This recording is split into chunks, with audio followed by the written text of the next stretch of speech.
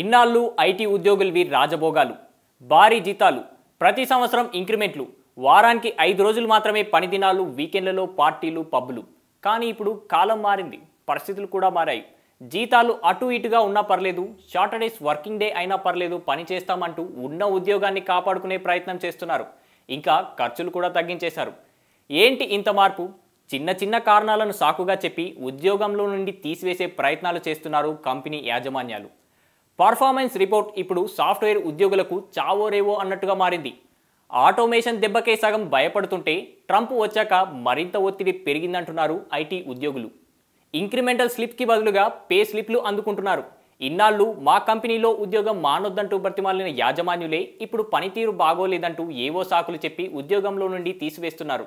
Trump ఎఫెక్ట్తో అమెరికాలో అక్కడి వారికే ఉద్యోగాలు ఇవ్వాల్సి రావడంతో ఖర్చులు తగ్గించుకోవడానికి ఐటీ కంపెనీలు ఇబ్బందులు పడుతున్నాయి.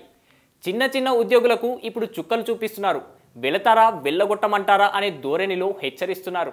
వారంతట వారే వెళ్ళిపోయే వారికి ఎక్స్పీరియన్స్ సర్టిఫికేట్తో పాటు ఇతర బెనిఫిట్స్ ఇస్తున్నారు. బెట్టు చేసిన వాళ్ళని నేరుగా తొలగించడంతో పాటు ఎక్స్పీరియన్స్ సర్టిఫికేట్ కూడా ఇవ్వట్లేదు. ఒక్క హైదరాబాద్లోనే 10,000 ఉద్యోగులకు కోత వచ్చింది.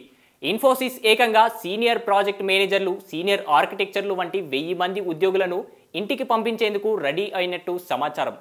కాగ్నిజెంట్ తొలగిస్తున్న ఉద్యోగులలో ఎక్కువ మంది సీనియర్లే ఉన్నట్లు తెలుస్తుంది.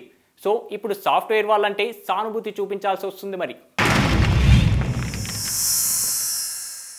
Like and subscribe eagle media works.